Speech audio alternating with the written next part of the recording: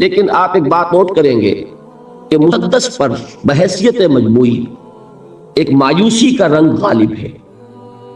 چنانچہ اس کے سرنامے کے جو بشعار ہیں وہ آپ کو شاید یاد ہو کہ پستی کا کوئی حد سے گزر نہ دیکھے، اسلام کا گر کر نہ ابھر نہ دیکھے، مانے نہ کبھی کہ مد ہے ہر جزر کے بعد، دریا کا ہمارے جو اتر نہ دیکھے۔ یہ انتہائی ایک مایوسی کی کیفیت ہے، اور واقعہ یہ ہے کہ اس صدی کے آغاز میں عالم اسلام کی جو کیفیت تھی اس کے نتیجے میں یہ مایوسی ہی پیدا ہو سکتی تھی۔ پہلی جنگ عظیم کے بعد وہ جو عظیم سلطنت عثمانیہ تھی وہ ختم ہو گئی، اس کا وجود تک باقی نہ رہا۔ گریٹ آٹومان امپائر نسیم منسیہ ہو، چھوٹے چھوٹے ملک وجود میں آ گئے، اور وہ بھی کوئی برطانیہ کے پاس، کوئی فرانس کے پاس، کوئی اٹلی کے پاس، کوئی کسی اور کے پاس۔ پورا عالم اسلام مغربی اقوام کی براہ راست غلامی میں آ گئے۔ یہ انتہائی ہماری تاریخ کا پستی کا وقت ہے جس زمانے میں کہ مولانا حالی نے مسدس لکھی۔ اس کے اختتام پر بھی جن حضرات کو مسدس سے کوئی دلی تعلق ہے، اور مجھے یہاں آ کر خاص محسوس ہوا کہ حافظ عرفان صاحب جو یہاں کی ایک جانی پہچانی شخصیت ہیں، انہیں مسدس میں سمجھتا ہوں کہ شاید اکثر و بیشتر یاد ہے، اور مجھے محسوس ہوا کہ واقعتاً وہ کتاب ایسی ہے کہ اس کے ساتھ ہمارا ایک ذہنی ربط و تعلق رہنا چاہیے۔ اس کے اختتام پر مناجات حضور سرور کونین کے عنوان سے جو نظم ہے اس کا بھی آغاز اسی سے ہوتا ہے کہ اے خاصہ خاصان رسول وقت دعا ہے، امت پہ تیری آ کے عجب وقت پڑا ہے، وہ دی جو بڑی شان سے نکلا تھا وطن سے، پردیس میں وہ آج غریب الغربا ہے۔ وہی مایوسی کی کیفیت ہے۔ ہمارے قومی شعراء میں علامہ اقبال پہلی شخصیت ہے جن کے ہاں آپ کو دونوں رنگ ملیں گے۔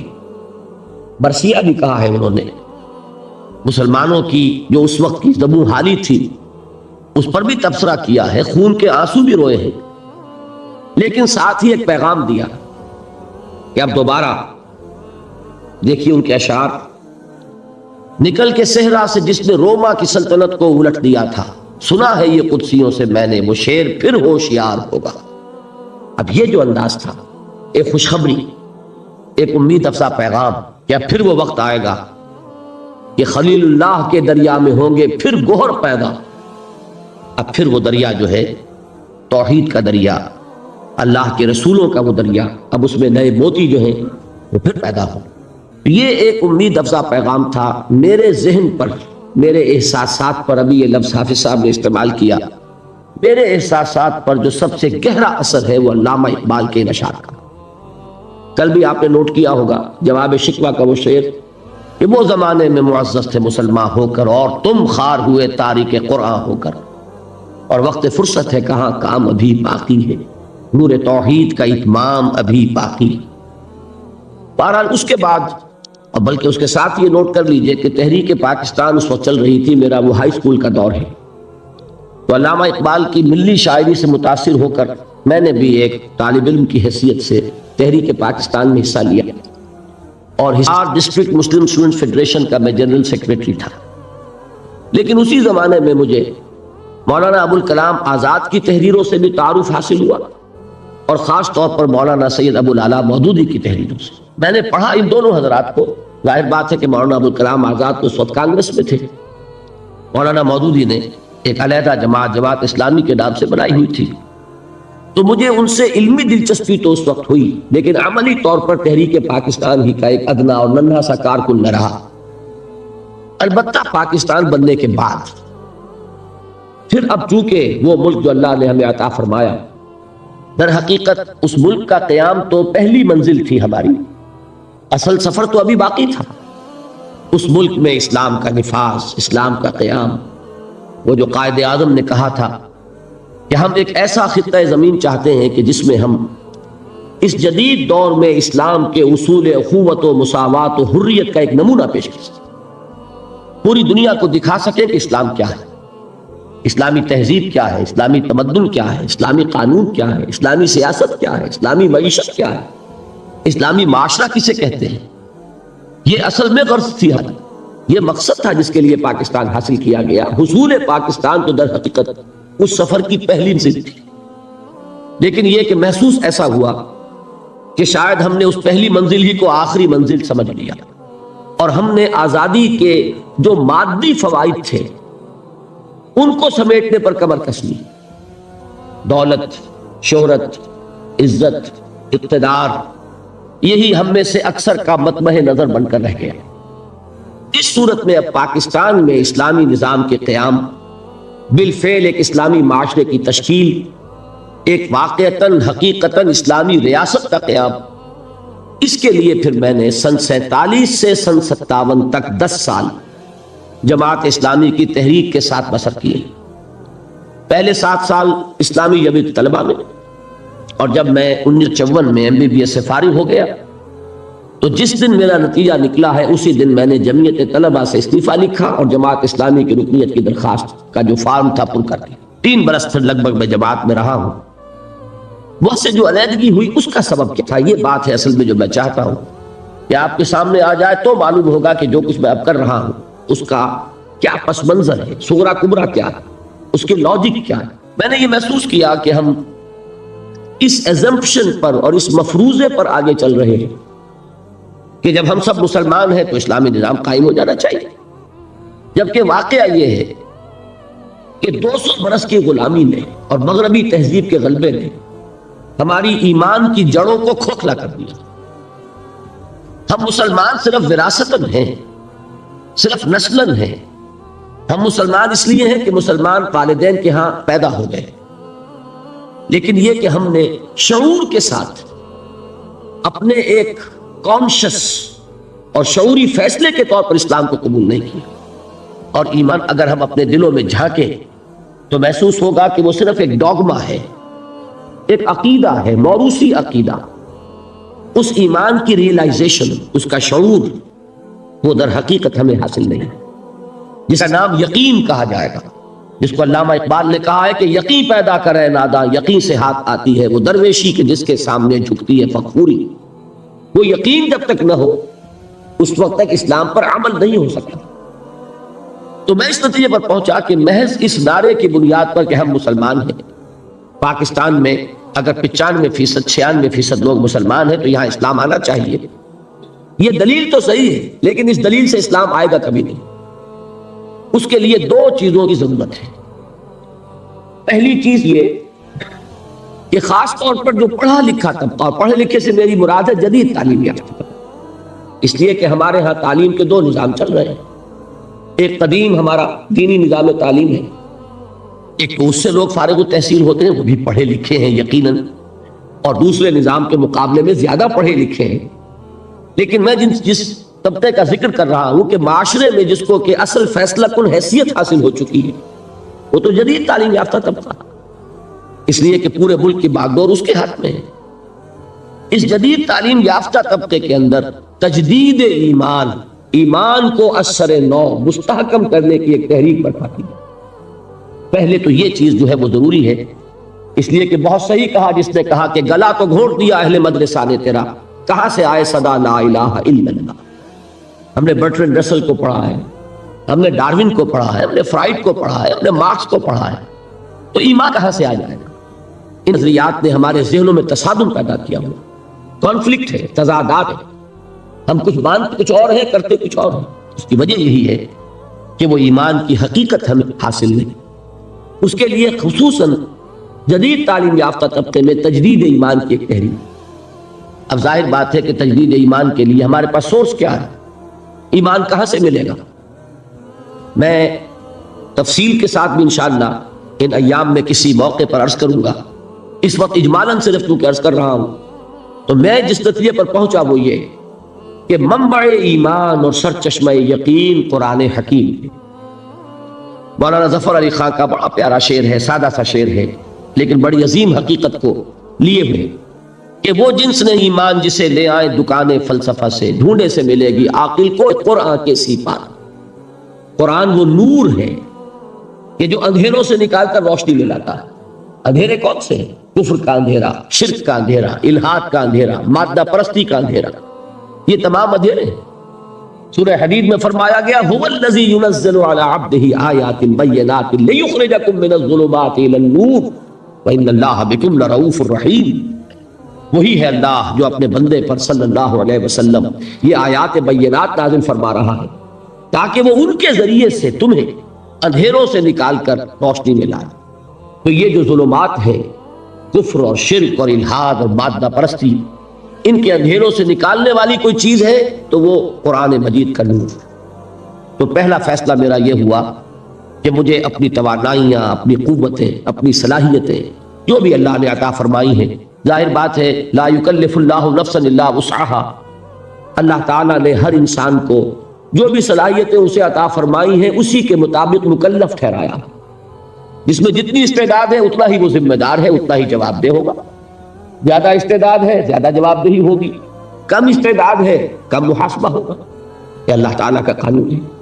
تو بہرحال جو بھی کچھ تھوڑی بہت حقیر سی جو بھی صلاحیت ہے، استعداد ہے، اس کا اولین مصرف ہوگا وہ جو میں نے کل حدیث نبوی کے حوالے سے آپ کے سامنے رکھا تھا کہ حضرت عثمان بن عفان رضی اللہ تعالی عنہ ذو النورین وہ فرماتے ہیں کہ حضور نے ارشاد فرمایا صلی اللہ علیہ وسلم خیرکم من تعلم القرآن وعلمہ، تم میں سے بہترین لوگ وہ ہیں جو قرآن سیکھیں اور سکھائیں، قرآن کا علم حاصل کریں اور اسے دوسروں تک پہنچائیں۔ تو پہلی بات میں نے یہ طے کی، کون شخص چاہے گا کہ وہ اچھے سے اچھے کیریئر کو اڈاپٹ نہ کرے؟ ہر شخص یہی چاہتا ہے بہتر سے بہتر کیریئر اسے ملے، لہذا جب سب سے بہتر کیریئر یہ ہے خیرکم من تعلم القرآن وعلمہ، اور یہ کس کا فرمان ہے؟ الصادق المصدوق، جو سچے ہیں، جن کی سچائی کی گواہی اللہ نے دی۔ تو انہوں نے فرمایا کہ بہترین کیریئر یہ ہے۔ تو میں نے طے کیا کہ جہاں تک طبابت کا معاملہ ہے، میڈیکل پروفیشن ہے، مجھ سے کہیں زیادہ ماہر اطباء اور معالج موجود ہیں۔ یہ کام ایسا نہیں ہے کہ اس کی کوئی کمی واقع ہو جائے گی اگر میں نے اپنی توانائیوں میں اب میں نے اللہ کی اس کتاب کے لیے وقت نکالنا شروع کر دیا۔ تو بہتر سے بہتر معالجین موجود ہیں، مجھ سے بہت بہتر، بہت اعلیٰ کوالیفائڈ لوگ۔ لیکن واقعہ یہ ہے کہ اس دور میں ایک خلیج جو پیدا ہو چکی ہے ہمارے معاشرے میں کہ ایک طرف رجال دین ہیں جو دینی درسگاہوں سے پڑھ کر نکلتے ہیں، ایک طرف جدید یونیورسٹیوں سے اور کالجز سے پڑھ کر لوگ نکلتے ہیں، ان دونوں کے مابین کمیونیکیشن نہیں ہے۔ علماء علم کے پہاڑ ہیں لیکن جدید تعلیم یافتہ لوگوں سے ان کے ذہنی سطح پر گفتگو نہیں کر سکتے، وہ اپنی اصطلاحات میں کلام کرتے ہیں، اور وہ اصطلاحات جو ہے جدید تعلیم یافتہ لوگوں کے چونکہ علم میں نہیں ہے لہذا ان تک وہ بات پہنچتی نہیں۔ میں ایک مثال دیا کرتا ہوں کہ جیسے تربیلا ڈیم ہے، منگلا ڈیم ہے، کتنا پانی ہے لیکن وہ پانی بیکار ہے جب تک کہ وہ ڈسٹریبیوشن چینل جو ہے پانی کی تقسیم کے لیے نہروں کا جو نظام ہے، جب تک کہ وہ نہروں سے ہو کر راجباہوں سے ہو کر زمین پر پانی نہیں پہنچے گا، تربیلا ڈیم میں کھڑا ہوا وہ پانی کو فائدہ نہیں پہنچائے۔ تو اس وقت صورت یہ ہو چکی ہے کہ علماء کرام علم کے ڈیم ہیں، بہت بڑے بڑے ڈیم، ان کے پاس وہ تمام علوم موجود ہیں، کتاب اللہ، سنت رسول اور پھر ہماری فقہ، اس کا سارا علم موجود ہے، لیکن وہ جو ڈسٹریبیوشن چینلز کا کام ہے وہ نہیں ہو پا رہا، ایک گیپ آف کمیونیکیشن ہے۔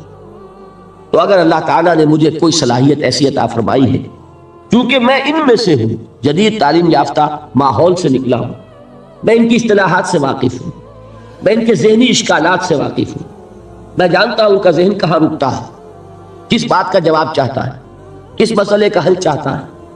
اس مسئلے کا جواب اگر ایک فتوے کی شکل میں دیا جائے وہ قابل قبول نہیں ہوگا جب تک کہ وہ سمجھایا نہ جائے، ان کی بولی میں، ان کی زبان میں، ان کی ٹرمینالوجی میں، ان کی اصطلاحات میں جب تک بات نہیں کی جائے گی ابلاغ کا حق ادا نہیں ہوگا۔ اور یہ اللہ نے اگر مجھے صلاحیت عطا فرمائی ہے کہ یہ کام میں کر سکتا ہوں تو ہر چیز کو تج کر مجھے اسی کام میں لگ جاتا۔ دوسری بات جو مجھے ضروری محسوس ہوئی وہ یہ کہ ہمارے ہاں جو لوگ دیندار ہیں ان لوگوں میں بھی ایک بہت بڑی کمی ہے، وہ یہ کہ فرائض دینی کا ایک جامع تصور ان کے سامنے نہیں۔ وہ یہ جانتے ہیں کہ نماز فرض ہے، پنج وقتہ نماز ادا کرتے ہیں، وہ جانتے ہیں کہ رمضان کے روزے فرض ہیں، وہ جون کے روزے ہو، جولائی کے روزے وہ رکھیں گے، وہ جانتے ہیں کہ زکوٰۃ فرض ہے، وہ ادا کریں گے، لیکن اس سے آگے تصور کہ دین یہ چاہتا ہے کہ اسے غالب کیا جائے، اسے قائم کیا جائے، اسے نافذ کیا جائے، اسے ایک نظام زندگی کی حیثیت سے بالفعل برپا کیا جائے۔ دین اپنا غلبہ چاہتا ہے، دین صرف عبادات پر قانے ہونے کے لیے تیار نہیں ہے کہ مسجد میں تو اللہ تعالیٰ کو مان لیا جائے کہ سب سے بڑی قوت وہ ہے، لیکن پارلیمنٹ میں اس کو داخل بھی نہ ہونے دیا جائے۔ یہاں اللہ کی بات نہیں چلے گی، یہاں رسول کی بات نہیں چلے گی۔ یہ بات اگر ہے تو اس کا مطلب یہ کہ ہم نے دین کا ایک بڑا محدود سا تصور اپنے سامنے رکھا۔ ضرورت اس بات کی ہے کہ جن لوگوں کے اندر وہ مذہبی جذبہ موجود ہے انہیں یہ بتایا جائے کہ دین کے اصل تقاضے کیا ہیں، دین چاہتا کیا ہے۔ کیا ذمہ داریاں صرف نماز روزہ ادا کر کے پوری ہو جاتی، یا یہ کہ اس سے بیونڈ، اس سے ماورا بھی دین کا کوئی تقاضا ہے، اس کا مطالبہ ہے۔ اب اگر یہ چیز میں اپنی تقریر، اپنی تصنیف کے ذریعے لوگوں کے سامنے رکھوں تو اس کا وہ وزن نہیں ہوگا، لیکن اگر قرآن حکیم کے حوالے سے رکھوں کہ یہ ہے قرآن جو تم سے یہ چاہتا، یہ ہے قرآن جس نے کہ تمہاری فرائض کا یہ تصور دیا ہے، تو ظاہر بات ہے کہ چونکہ ان کا تصور محدود ہو گیا ہے، لہذا وہ اس وقت ان کی ایکٹیویٹی محدود ہے، ان کا عمل بھی محدود ہے۔ اگر ان کا تصور فرائض دینی وسیع ہو جائے گا تو یقیناً پھر وہ اس کے مطابق کچھ نہ کچھ سرگرم عمل ہوں گے، اپنے فرائض کو ادا کرنے کے لیے کمر کش لیں۔ یہ دو تقاضے ہیں جن کے تحت پھر میں نے مطالعہ قرآن حکیم کا ایک منتخب نصاب مرتب کیا۔ پورے قرآن کو، اصل میں تو قرآن تو وہی ہے، سورہ فاتحہ سے سورۃ الناس تک، ما بین الدفتین، قرآن یہی ہے، اس کا بدل کوئی شے نہیں۔ لیکن یہ کہ an introduction to قرآن، قرآن سے ایک ابتدائی تعارف کے لیے ایک منتخب نصاب جو تقریباً 2 پارے کے لگ بھگ بنتا ہے، مختلف جگہوں سے کچھ سورتیں، کچھ آیات، اور اس انتخاب میں پیش نظر یہی 2 چیزیں کہ ایک تو دین کا ہمگیر تصور سامنے آ جائے، دین ہے کیا، اور نمبر 2 یہ کہ دین تقاضے سامنے آ جائے، دین ہم سے چاہتا کیا، دین کا مطالبہ کیا ہے۔ ایک شخص جو دعویٰ کرتا ہے کہ میں اسلام کو اپنے دین کی حیثیت سے قبول کرتا ہوں، تسلیم کرتا ہوں، اسے معلوم ہونا چاہیے کہ اس کے دینی فرائض کیا ہیں۔ ان 2 مقاصد کو سامنے رکھ کر میں نے ایک منتخب نصاب مرتب کیا۔ اب یہ 20واں سال ہے میری زندگی میں۔ 1965 میں میں نے اس کام کا آغاز کیا تھا، لاہور میں حلقہ مطالعہ قرآن قائم کیے، قرآنک اسٹڈی سرکلز۔ اللہ تعالیٰ نے کچھ خلق کا رجوع جو ہے یہ اللہ کے فیصلے کے تحت ہوتا ہے، لوگوں کی توجہ ہوئی۔ میرے درس میں اتوار کی چھٹی ہوتی تھی پاکستان میں اس زمانے میں، تو اتوار کی صبح میرا ایک درس ہوتا تھا بڑا، ویسے شام کو ہفتے کا کوئی دن فارغ نہیں تھا، لیکن یہ ہے کہ بڑا درس مرکزی جو ہے وہ اتوار کی صبح کو ہوتا تھا، پہلے مسجد خضرا سمن آباد میں اور پھر مسجد شہداء جو مال روڈ پر ہے لاہور میں۔ 700 افراد اس درس میں شریک ہوتے تھے بڑی پابندی کے ساتھ۔ یہ 700 کا عدد اس لیے ایک مرتبہ معلوم ہوا کہ ایک کتاب ایک روز ہم نے تقسیم کی اس درس میں، تو معلوم ہوا کہ اس کے 700 نسخے اس وقت لگے، جو لوگ موجود تھے انہوں نے لیے۔ یہ سارا کام میں کر رہا تھا تنے تنہا، نہ کوئی تنظیم، نہ کوئی جماعت، نہ کوئی ادارہ، بالکل اپنی ذاتی حیثیت۔ لیکن یہ کہ اس کے بعد جب ہم خیالوں کا ایک حلقہ پیدا ہو گیا تو پھر 1972 میں، یعنی 7 سال بعد، پھر میں نے مرکزی انجمن خدام القرآن لاہور قائم کی۔ جو لوگ اس کام میں میرے ساتھ شریک ہونا چاہیں، ساتھی بننا چاہیں، اس لیے کہ اب اس کام کو آگے بڑھانے کے لیے پیسہ بھی درکار ہے، کتابیں چھپنی چاہیے، اور یہ کہ اس کام کو آگے بڑھانے کے لیے جو بھی مالی وسائل درکار ہیں، وہ کسی فرد کا معاملہ ہوگا تو اس پر 100 طرح کی انگلیاں اٹھیں گی۔ ہو سکتا تھا اس سے پہلے میں نے اپنا دارالاشاعت قائم کیا ہوا تھا، لیکن یہ کہ میں نے اب انجمن کے تحت وہ سارا کام دے دیا تاکہ یہ کسی فرد کی ملکیت نہ ہو۔ میں آپ کو بتانا چاہتا ہوں کہ میری مطبوعات، میرے کیسٹ سے 1 پیسے کی آمدنی مجھے نہیں، میرا اس سے کوئی تعلق نہیں۔ اول تو میری مطبوعات کا جہاں تک تعلق ہے، انجمن خدام القرآن نے بھی اپنا اس پر کوئی رائلٹی، اپنا کوئی حق تصنیف نہیں رکھا، خود ہی اجازت ہے جو شخص چاہے ان کو چھاپے، بیچے یا ویسے ہی تقسیم کرے، عام دین کی تبلیغ کے لیے ان کو ڈسٹریبیوٹ کرے، کھلی اجازت ہے، یہ ہمارے ہر کتابچے پہ لکھا ہوا۔ لیکن یہ کہ اس کے لیے بہرحال وسائل درکار تھے، تو مرکزی انجمن خدام القرآن قائم ہوئی 1972 میں۔ لیکن اس کے بعد ایک سوال پیدا ہوا کہ قرآن جو کچھ بتا رہا ہے، دین کے غلبے کی عملی جدوجہد، اب محض ایک انجمن سے تو کام نہیں چلے گا، اب ایک تنظیم درکار ہے، جماعت درکار ہے، ایسے لوگوں کی جو اپنا تن من دھن اس کے لیے لگانے کے لیے تیار ہو، جو اپنے آپ کو ایک ڈسپلن میں دینے کے لیے تیار ہے، جو سمع و طاعت کے نظام میں آنے کو تیار ہے۔ اس کے لیے پھر 1975 میں تنظیم اسلامی ہم نے قائم کی۔ جب تک میں تنہا کام کر رہا تھا اس تک میرا مطلب بھی ساتھ کے ساتھ جاری تھا۔ وہ حسرت موہانی کا بڑا پیارا شعر ہے، کیا طرفہ طبیعت ہے، کیا طرفہ تماشا ہے حسرت کی طبیعت بھی ہے، مشق سخن جاری اور چکی کی مشقت بھی۔ تو میں مطلب بھی کرتا تھا اور یہ بھی کر رہا تھا، درس قرآن بھی تھا، وثاق بھی شائع کر رہا تھا، دارالاشاعت بھی تھا۔ لیکن سن 71 کے حج کے موقع پر میں نے فیصلہ کیا، یہ فروری سن 71 کی بات ہے، کہ اب میری جتنی توانائیاں ہیں، جو قوتیں ہیں، جو صلاحیتیں ہیں، وہ اب ہمہ تن ہمہ وقت اسی کام کے لیے وقف رہے گی۔ چنانچہ میں نے اپنے مطلب کو بند کیا، اور اس کے بعد سے اب تک میں نے پھر کوئی ایک منٹ بھی کسی معاشی جد و جہد میں صرف نہیں کیا۔ باقی یہ ہے کہ اللہ تعالیٰ صورت پیدا کرتا ہے، رزاق وہ ہے، اس نے آج تک کوئی تنگی نہیں آنے دی، کوئی میرے لیے مشکل مرحلہ نہیں آیا۔ اللہ تعالیٰ امتحان آزمائش سے بچا کر رکھے، اور آزمائے تو اس میں استقامت عطا فرمائے، کہ وہ بھی صرف اسی کی توفیق سے انسان کسی امتحان میں کامیاب ہو سکتا ہے۔ لیکن بہرحال سن 71 کے بعد سے یہ سن اب 85 ہے، یہ سمجھ لیجئے کہ 15واں سال ہے کہ میری توانائیاں، میرے اوقات، میری جو بھی صلاحیتیں ہیں حقیر سی اللہ کی عطا کردہ، وہ سب کی سب اسی کام کے لیے مقام۔ اب یہاں جو آپ حضرات نے دعوت دی اور یہ پروگرام بنایا، تو اسی منتخب نصاب کا ایک خلاصہ ہے جو چند دنوں میں آپ کے سامنے پھر رکھوں گا، اس لیے کہ وہ مکمل منتخب نصاب جو ہے وہ تو ظاہر بات ہے کہ ان 7-8 دنوں میں 9 دنوں میں بیان نہیں ہو سکتا۔ ایک دن گزر چکا ہے، ایک دن ویسے کم ہوا ہے، تو اب ہمارے پاس لے دے کر 8 دن ہیں۔ ان میں مجھے انہی 2 چیزوں کی کو سامنے رکھ کر دین کیا ہے یہ بھی بات میں آئے، اور اس سے بھی اہم تر یہ کہ دین چاہتا کیا، ہمارے دین کی طرف سے ہم پر کیا ذمہ داریاں عائد ہوتی ہیں، یہ بات از روئے قرآن واضح ہو جائے۔ یہ ہے مقصد ان اجتماعات کا۔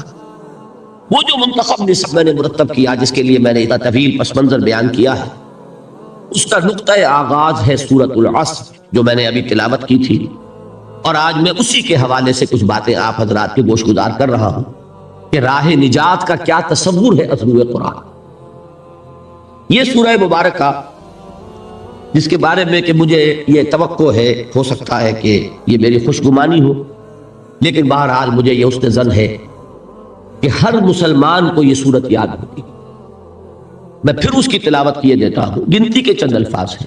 اعوذ باللہ من الشیطان الرجیم، بسم اللہ الرحمن الرحیم، والعصر ان الانسان لفی خسر الا الذین آمنوا وعملوا الصالحات وتواصوا بالحق وتواصوا بالصبر، صدق اللہ العظیم۔ اس کا ایک سادہ سا ترجمہ پہلے میں کر دیتا ہوں، اس کو ہر شخص جو ہے وہ اپنے ذہن پر کندہ کر لے۔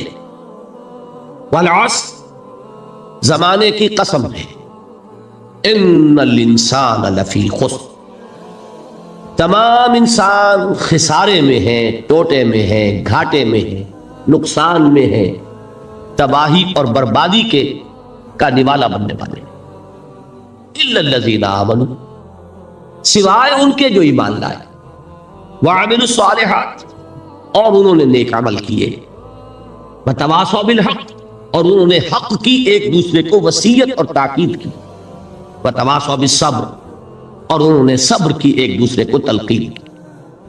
اب اس صورت کو اپنے ذہن میں رکھیے، مجھے کچھ تھوڑی سی ہچکچاہٹ یا رکاوٹ طبیعت میں محسوس ہو رہی ہے کہ اس سورہ مبارکہ کا میں نے بارہا درس دیا، ان کے متعدد کیسٹس موجود ہیں، خیال ہوتا ہے کہ ہو سکتا ہے آپ میں سے بہت سے حضرات نے وہ دروس سنے ہوں، ان کے لیے گویا کہ ایک تکرار ہو جائے گی۔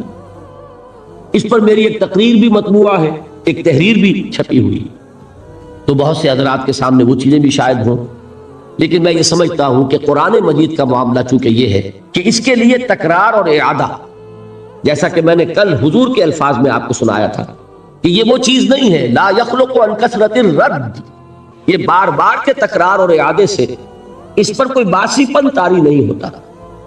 یہ وہ کتاب نہیں ہے کہ جس کو چند مرتبہ پڑھنے کے بعد انسان محسوس کرے اب کیا پڑھنا ہے، پڑھ لیا، سمجھ لیا۔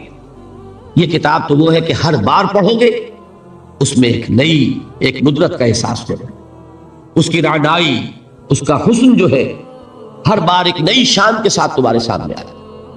تو یہ حضور صلی اللہ علیہ وسلم کا فرمان ہے، تو یہی فرمان اس وقت مجھے ایک سہارا دے رہا ہے نفسیات اعتبار سے، کہ چاہے میں نے سورہ مبارکہ کو بارہا بیان کیا ہو، لیکن آج پھر کوشش کر رہا ہوں اللہ تعالیٰ سے توفیق طلب کرتے ہوئے کہ وہ مجھے صحیح اور دل نشین پیرائے میں اس سورہ مبارکہ کے مفاہیم اور اس کے معنی اور مراد کو آپ کے سامنے پیش کرنے کی توفیق عطا فرمائے، اور اللہ تعالیٰ آپ کے ذہن کے دروازے بھی اس کے لیے کھول دے اور دلوں کے دروازے بھی کھول دے۔ دیکھیے 4 چیزیں اس سورہ مبارکہ کے بارے میں ابتدائی ہیں، وہ گن کر یاد کر لیں۔ نمبر 1، یہ قرآن حکیم کی مختصر ترین صورتوں میں سے ایک ہے۔ اس کی کل 3 آیات ہیں، اور 3 آیات سے کم پر کوئی سورت قرآن مجید میں مشتمل نہیں ہے۔ اسی کے ساتھ ذہن میں یہ بات لے آئیے کہ رکعتوں میں نماز کی ہم سورہ فاتحہ کے ساتھ کچھ قرآن مجید اور پڑھتے ہیں، اس کا بھی نصاب 3 آیات کا ہے۔ بڑی آیت ہو، آیت الکرسی ہو، تو وہ 1 آیت بھی کفایت کر جائے گی، لیکن یہ کہ عام طور پر 3 آیات کی تلاوت جو ہے ہر رکعت کے اندر، جن رکعتوں میں کہ سورہ فاتحہ کے بعد قرآن مجید کا کچھ حصہ ملایا جاتا ہے، یہ نبی اکرم صلی اللہ علیہ وسلم کی ہدایت ہے۔ اور 3 آیات سے کم پر قرآن مجید کی کوئی صورت مشتمل نہیں، اور عجیب اس اتفاق ہے، شاید کبھی آپ کا ذہن ادھر منتقل نہ ہوا ہو کہ 3 ہی صورتیں ہیں قرآن مجید کی جو 3 آیات پر مشتمل ہیں۔ سورۃ العصر، سورۃ الکوثر، انا اعطیناک الکوثر فصل لربک وانحر ان شانئک ھو الابتر، اور سورۃ النصر۔ یہ 3 صورتیں ہیں 3 آیات پر مشتمل۔ تو ظاہر ہو گیا کہ قرآن مجید کی مختصر ترین 3 صورتوں میں سے ایک سورت سورۃ العصر۔ نمبر 2، یہ قرآن حکیم کی اولین صورتوں میں سے ہے۔ آپ کو معلوم ہے کہ قرآن مجید کی تنزیل مکمل ہوئی ہے 22 برس میں۔ 23 برس جس کو کہہ دیا جاتا ہے وہ اصل میں 23 برس قمری ہے، اور ہمارا ذہن چونکہ آج کل جو ہے وہ تو شمسی تقویم کا عادی ہے، ہم انگریزی مہینوں کو زیادہ جانتے ہیں بنسبت اسلامی مہینوں کے، اس کے حساب سے اگر آپ لگائیں گے تو 22 برس ہے۔ 610 عیسوی میں حضور پر پہلی وحی نازل ہوئی، اور 632 عیسوی میں حضور صلی اللہ علیہ وسلم کا وصال ہوا۔ تو یہ 22 برس میں قرآن نازل ہوا، تھوڑا تھوڑا تھوڑا تھوڑا۔ اور قرآن مجید کے نزول میں ایک ترتیب یہ بھی رہی ہے، شروع میں بہت تھوڑا تھوڑا حصہ نازل ہوا، اور اکثر صورتیں جو ہے آخری پارے کی جو سب سے چھوٹی صورتیں ہیں قرآن مجید کی، وہی ہے کہ جو سب سے پہلے نازل ہوئی۔ تو یہ چھوٹی چھوٹی صورتیں جو ہیں یہ وہ ہیں کہ جنہوں نے آ کر ایک ہلچل مچا دی تھی۔ وہی حالی کے اشعار ہے کہ وہ بجلی کا کڑکا تھا یا صوت ہادی، عرب کی زمین جس نے ساری ہلا دی۔ وہ آیات یہی تھی، یہی چھوٹی چھوٹی صورتیں کہ جو آخری پارے میں ہیں، انہوں نے ایک ہلچل پیدا کر دی، جس سے کہ وہاں بات ہے عما یتساءلون عن النبأ العظیم الذی هم فیہ مختلفون۔ یہ کس چیز کے بارے میں چہمے گوئیاں ہو رہی ہیں؟ اس بڑی خبر کے بارے میں جس کے بارے میں کہ ان کے مابین اختلاف ہو گیا۔ تو قرآن مجید میں پہلے جو صورتیں نازل ہوئی وہ چھوٹی ہیں حجم کے اعتبار سے، لیکن معانی اور مفاہیم کے اعتبار سے ہرگز مبالغہ نہیں ہے یہ کہنے میں کہ معانی کے دریا ہے، بلکہ سمندر ہیں جن کو کوزے میں بند کر دیا گیا۔ اور اس کے بعد انہی مضامین کی تفصیل ہوئی۔ پھر جب طویل صورتیں نازل ہوئیں، خاص طور پر طویل مدنیات، انہی صورتوں کی شرح ہے۔ چنانچہ سورہ ہود میں اللہ تعالیٰ نے خود قرآن مجید کا تعارف کرایا ہے۔ الف لام را کتاب احکمت آیاتہ ثم فصلت من لدن حکیم خبیر۔ یہ وہ کتاب ہے قرآن جس کی آیات پہلے محکم کی گئی، مضبوط کی گئی، یہ چھوٹے چھوٹے جملوں کے اندر معانی کے سمندر جو ہے وہ بند کیے گئے، پھر ایک حکیم اور خبیر ہستی کی طرف سے ان کی تفصیل بیان ہوئی۔ تو یہ قرآن مجید کا ایک خاص اسلوب ہے۔ تو یہ نوٹ کیجئے کہ سورۃ العصر بھی قرآن حکیم کی اولین صورتوں میں سے ایک ہے۔ تیسری بات یہ نوٹ کیجئے، ہر زبان کی ادب کے ادب میں آپ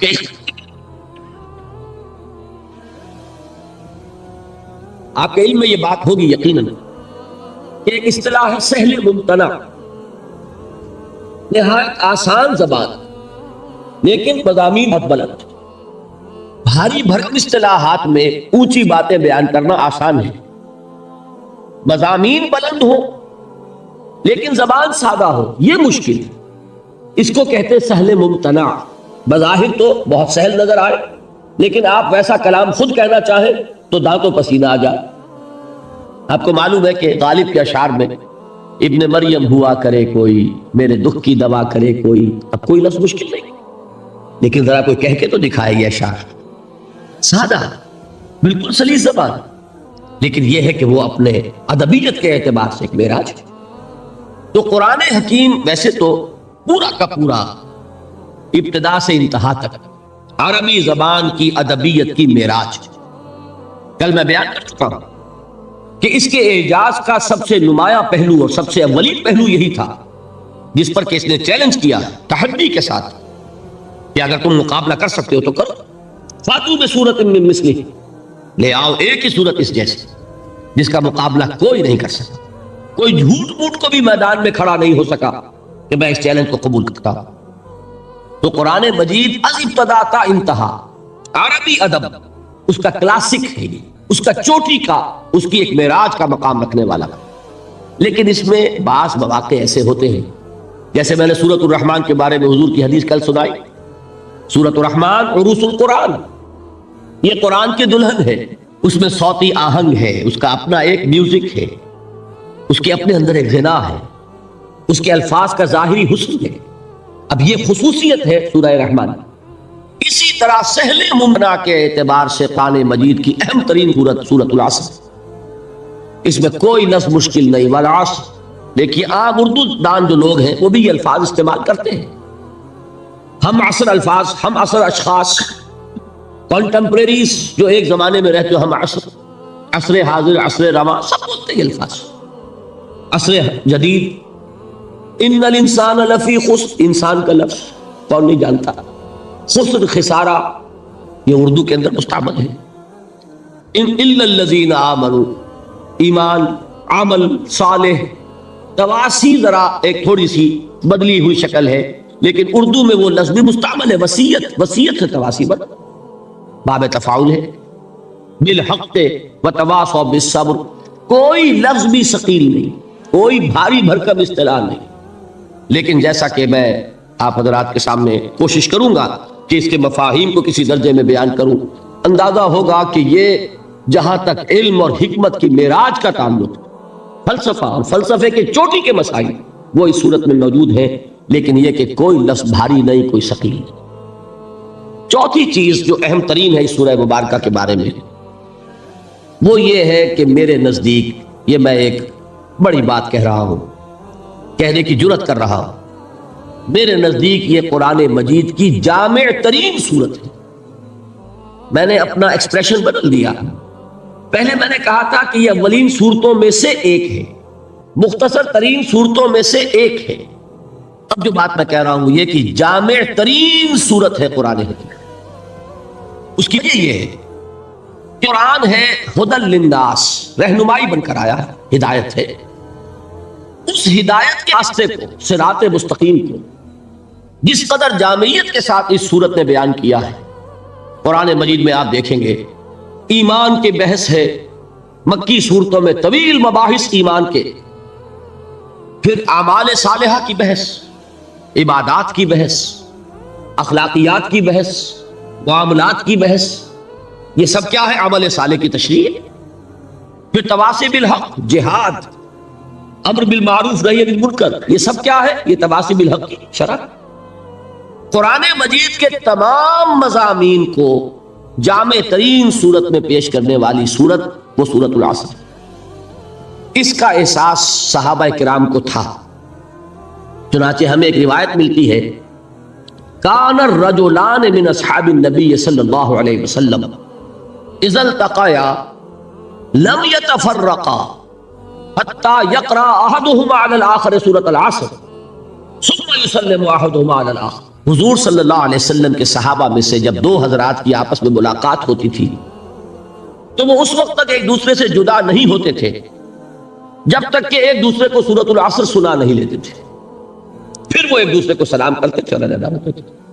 اب آپ اندازہ کیجئے کیوں، بعد میں یہ بات واضح ہو جائے گی کہ اس کا سبب کیا ہے۔ صحابہ کا کوئی عمل حکمت سے خالی نہیں تھا، قرآن مجید کی قدر و قیمت کے اصل جاننے والے صحابہ کرام، ان کا یہ طرز عمل اور سورہ مبارکہ کے ساتھ یہ لگاؤ اور یہ تعلق ویسے آپ کو معلوم ہے قرآن مجید کی سورتوں کی سردار کون سی سورت ہے؟ سورت الاخلاص، اس لیے کہ اس کو حضور نے سلو سے قرآن کے مساوی قرار دیا، ایک تہائی قرآن کے برابر۔ 4 آیتیں ہیں لیکن ایک تہائی قرآن کے مساوی۔ اس کی وجہ کیا ہے؟ کہ اسلام کی جڑ بنیاد ہے توحید، لیکن یہ کہ اس توحید کا جامع ترین بیان سورت الاخلاص، تو گویا کہ یہ جڑ ہے، اس پہلو سے اہم ترین سورت ہے۔ لیکن ظاہر بات ہے کہ توحید حصہ ہے ایمان کا، گویا کہ صرف ایمان کے ایک پہلو کو یہ سورت بیان کر رہی ہے، اعمال کی کوئی بحث نہیں، تواسب الحق کی کوئی بحث نہیں، تواسب صبر کی کوئی بحث نہیں۔ اس اعتبار سے اسے جامع ترین سورت نہیں کہیں گے، اہم ترین تو ہے، اس لیے کہ توحید ہی جڑ ہے، بنیاد۔ اسی طریقے سے آیت الکرسی، حضور نے فرمایا یہ تمام آیات قرآنیہ کی سردار ہے، اس کی وجہ بھی وہی توحید، اس لیے کہ ہمارا دین حقیقت میں دین توحید۔ لیکن جامعیت ایک اور شے ہے، قرآن کے مضامین کا احاطہ کر لینا۔ یہ واقعہ یہ ہے کہ وہ جیسی کہ جس صورت میں کہ یہ بات سورت العصر میں سامنے آتی ہے اور کسی صورت میں نظر نہیں آتی۔ ہاں، دین کے فلسفے کے لیے نہایت جڑ اور بنیاد کی چیز سورت الفاتحہ ہے، جو مقدمہ ہے قرآن کا، جو گویا کہ دیباچہ ہے قرآن کا، جسے ام القرآن کہا گیا۔ وہ سورہ مبارکہ 7 آیات، وَلَقَدْ آتَيْنَاكَ سَبْعًا مِنَ الْمَثَانِي وَالْقُرْآنِ الْعَظِيمِ۔ لیکن یہ کہ جامعیت کے اعتبار سے عرض کر رہا ہوں کہ جامع ترین سورت سورت العصر۔ میں نے ایک تو صحابہ کرام کا عمل آپ کے سامنے رکھا، دوسرے امام شافعی رحمت اللہ علیہ کے 2 اقوال ملتے ہیں، وہ بھی آپ کو سنانا چاہتا ہوں۔ ایک قول تو ان کا بہت مشہور ہے، لَوْ تَدَبَّرَ النَّاسُ هَٰذِهِ السُّورَةَ لَوَسِعَتْهُمْ۔ اگر لوگ صرف اس ایک سورت پر تدبر کریں، غور کریں، اس کی گہرائیوں میں اترے، تو یہ سورت ان کی ہدایت کے لیے کافی ہو جائے۔ ایک اور قول ہے امام شافعی رحمت اللہ علیہ کا، جو نقل کیا ہے مفتی محمد عبدہ نے اپنی تفسیر میں، کہ لو لم ينزل من القرآن سواها لکفت الناس۔ اگر قرآن مجید میں سے سوائے سورت العصر کے کوئی اور سورت نازل نہ ہوتی، کوئی اور حصہ نازل نہ ہوتا، تو یہ بھی لوگوں کی ہدایت کے لیے کافی تھی۔ اس سے اندازہ آپ کو ہو سکتا ہے کہ امام شافعی رحمت اللہ علیہ کے نزدیک اس سورہ مبارکہ کی کیا عظمت ہے۔ تو 4 چیزیں میں نے عرض کی ہیں، میں اس طور سے اب بیان کر رہا ہوں۔ ایک ہوتا ہے خطابت کا انداز، ایک ہے درس کا انداز۔ درس کہتے ہیں کسی چیز کو گھسنا، پھر مٹانا، پھر گھسنا۔ جیسے بچہ لکھتا ہے سلیٹ پر، پھر مٹاتا ہے، پھر لکھتا ہے، یہ درس ہے۔ درس میں کوشش ہوتی ہے کہ ایک چیز ذہن میں اتر جائے، وہ نقش ہو جائے، یادداشت میں محفوظ ہو جائے۔ لہذا یہ 4 باتیں پھر نوٹ کیجئے۔ یہ قرآن مجید کی اولین صورتوں میں سے ہے، قرآن مجید کے مختصر ترین صورتوں میں سے ہے، سہل ممتنع کی سب سے اعلیٰ مثال ہے قرآن میں، اور نمبر 4 یہ جامع ترین صورتوں میں سے۔ اب آئیے اس سے پہلے کہ آگے بڑھیں، قرآن مجید کے فہم کے 2 درجے ہیں، ان کو پہلے سمجھ لیجئے۔ یہ ہمارے پورے درس میں انشاءاللہ یہ چیز بطور تمہید آپ کو کام دے گی۔ قرآن مجید کے فہم کا ایک درجہ ہے جسے قرآن کہتا ہے تذکر بالقرآن۔ تذکر کے معنی نصیحت اخذ کر لینا، سبق حاصل کر لینا۔ جیسے آپ بچپن میں جب انگریزی ہم پڑھتے تھے، آپ کو بھی یاد ہوگا، ایک کوئی سٹوری آپ نے لکھی اور پھر لکھا مورل لیسن، اس کہانی کا سبق کیا ہے، اس سے حاصل کیا ہوا، کیا سبق ہمیں اس سے ملا۔ تو یہ در حقیقت لب لباب ہے کہ اس کہانی کا یہ سبق ہے، اس کا یہ مورل لیسن ہے جو ہمیں حاصل ہوا۔ ایک ہے قرآن مجید سے اس کے اصل سبق کو حاصل کر لینا، اس کو قرآن کہتا ہے تذکر، یاد دہانی، نصیحت اخذ کر لینا۔ اور اس کے اعتبار سے قرآن مجید کا یہ دعویٰ ہے، بلکہ اللہ کا دعویٰ ہے، وَلَقَدْ يَسَّرْنَا الْقُرْآنَ لِلذِّكْرِ فَهَلْ مِن مُدَّكِرٍ۔ یہ 4 مرتبہ سورہ قمر میں یہ آیت آئی ہے۔ ہم نے اس قرآن کو تذکر کے لیے انتہائی آسان بنا دیا۔ یہ اتنی سادہ کتاب ہے، کتاب مبین، ایک شخص اس کو پڑھتا چلا جائے، وہ فلسفی نہ ہو، منطقی نہ ہو، اس میں کوئی اعلیٰ علوم حاصل نہ کیے ہو، لیکن اگر اس کا تھوڑا سا عربی زبان کے ساتھ اس کی ایک یعنی واقفیت کا معاملہ ہو، تو وہ اس سے جو اس کا اصل لب لباب ہے وہ حاصل کرتا چلا جائے۔ اس لیے کہ دیکھیے قرآن مجید نازل ہوا انسانوں کی ہدایت کے لیے. انسانوں میں بدو بھی تھے، انسانوں میں کاشتکار بھی ہیں، انسانوں میں مزدور بھی ہیں، انسانوں میں فلسفی بھی ہیں، حکماء بھی ہیں، اہل منطق بھی ہیں. تو قرآن تو سب کے لیے ہدایت بن کر نازل ہوا نا. لہذا اس نے وہ انداز اختیار کیا ہے کہ ایک عام بدو بھی اس کو سنے تو اسے محسوس ہو کہ میرے دل کی پکار ہے. یہ جو کچھ دیکھنا تقریر کی لذت کے جو اس نے کہا، میں نے یہ جانا کہ گویا یہی میرے دل میں تھا. ورنہ یہ کہ وہ کیسے قرآن سے سبق حاصل کرے گا.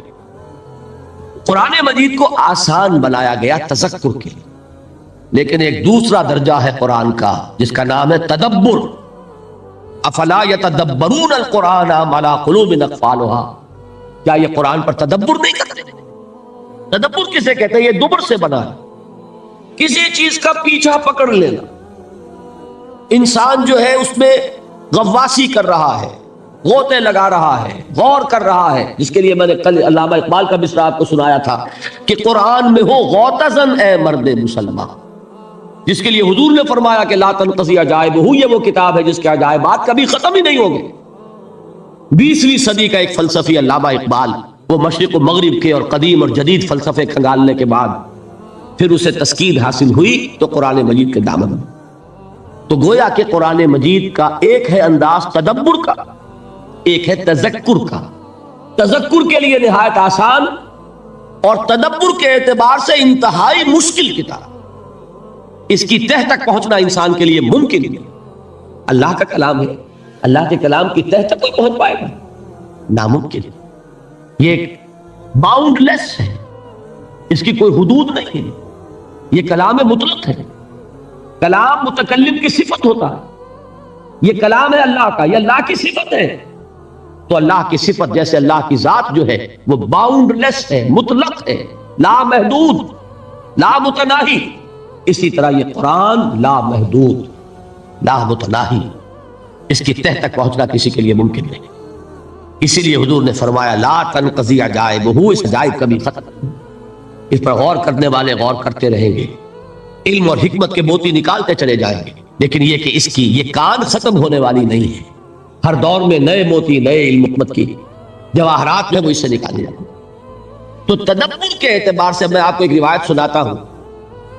حضرت عبداللہ ابن عمر رضی اللہ تعالی عنہما صحابی ہیں، حضرت عمر کے صاحبزادے ہیں، خود صحابی ہیں. وہ یہ فرماتے ہیں کہ میں نے صرف سورہ بقرہ پر 8 برس تک تدبر کیا. اب آپ بتائیے، انہیں عربی نہیں سیکھنی تھی، صرف و نحو نہیں سیکھنی تھی، عربی مادری زبان.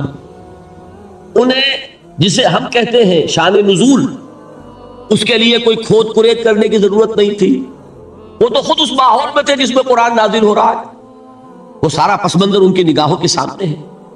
He was himself a part of that environment. وہ تو خود اس ماحول کا ایک جز تھے جس ماحول میں قرآن نازل ہو رہا ہے. تو انہیں تو کوئی چھان بین کرنے کی ضرورت نہیں کہ یہ آیت کس واقعے پر نازل ہوئی، اس آیت کا کیا پس منظر ہے، اس کا کیا شان نزول ہے. عربی ان کی گھر کی، پھر یہ کہ وہ خود اس ماحول میں ہے جس میں قرآن نازل ہو رہا ہے، سن رہے ہیں براہ راست محمد رسول اللہ صلی اللہ علیہ وسلم سے. پھر کیا چیز تھی کہ 8 برس تک تدبر کر رہے ہیں صرف سورہ بقرہ میں. سورہ بقرہ قرآن مجید کا 12واں حصہ بنے گا نا، 12ویں سے بھی کم 13واں بنے گا شاید. اس حساب سے جمع کیجئے تو 13 8 104 104 برس تو ہونے چاہیے تو قرآن مجید پر تدبر کی. کس کو؟ صحابی کو.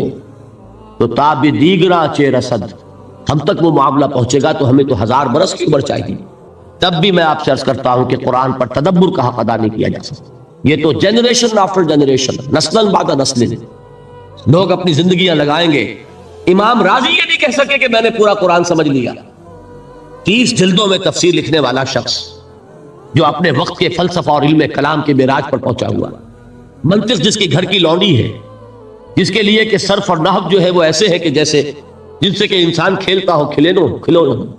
لیکن بعض مقامات قرآن مجید کے ایسے آتے ہیں کہ جیسے انسان قلم رکھ دے، گھٹنے ٹیک دے. وہ آیہ مبارکہ کل آئی تھی غالباً حافظ عرفان صاحب کے بیان میں، سورہ حدید کی آیت ہے هو الاول والآخر والظاہر والباطن.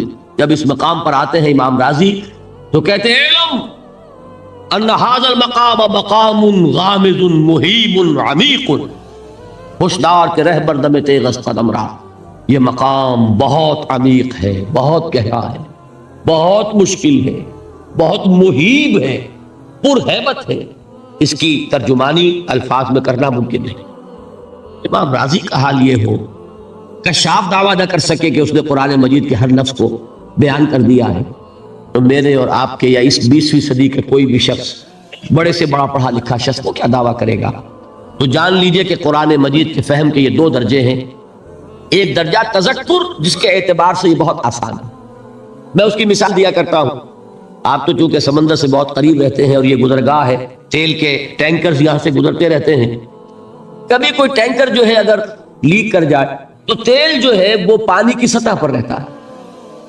تو اسی طریقے سے قرآن مجید کی جو اصل حکمت ہے، اس کا جو اصل سبق ہے، جو یہ سکھانا چاہتا ہے، وہ قرآن کی سطح پر ہے۔